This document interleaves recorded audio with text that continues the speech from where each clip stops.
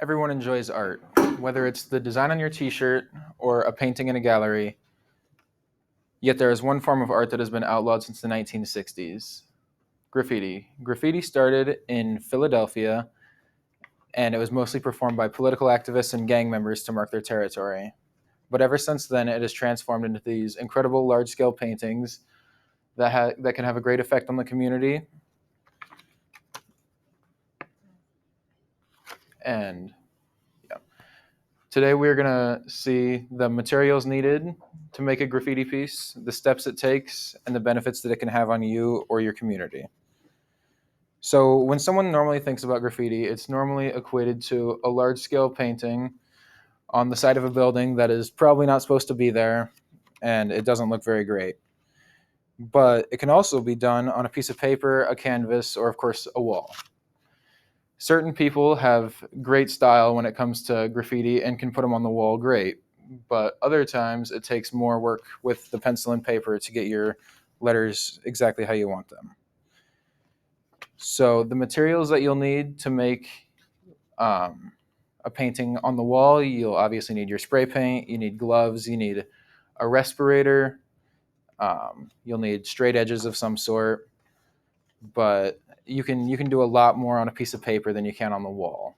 So when you're working on your piece of paper, you'll need a straight edge, you will need pens, um, different variety of pens from thin to like very thick markers.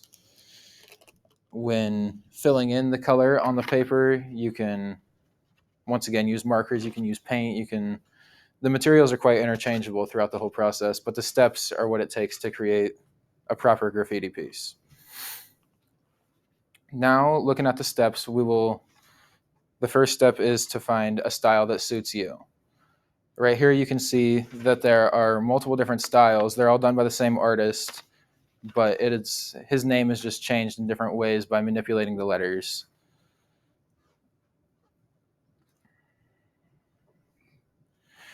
When you are going to get started, you need to have a sketch. So start out with a sketch just on paper, very similar to this one. It's just pencil and paper, and then from then on you can add your line work, which would be similar to this one, where it's all blacked out where the pencil would be, or like this would be the line work with no color until, of course, you add color, and then you would get it changes from just your plain pencil and paper to a pretty impressive piece. And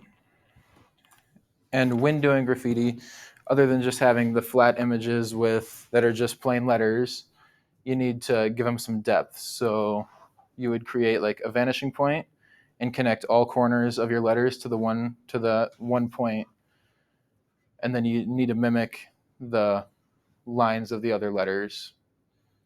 I don't know, that didn't. Yeah.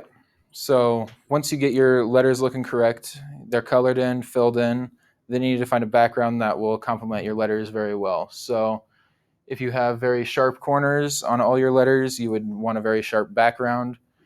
If you had very round edges on all your corners, all the edges are rounded. It gives the whole piece unity throughout and makes the piece look much better. Now we talk about the benefits that it can have on you or your community. Graffiti is something that is extremely unique, and it can be done pretty much anywhere, and it's done in the public's view, so it's always free for them to see.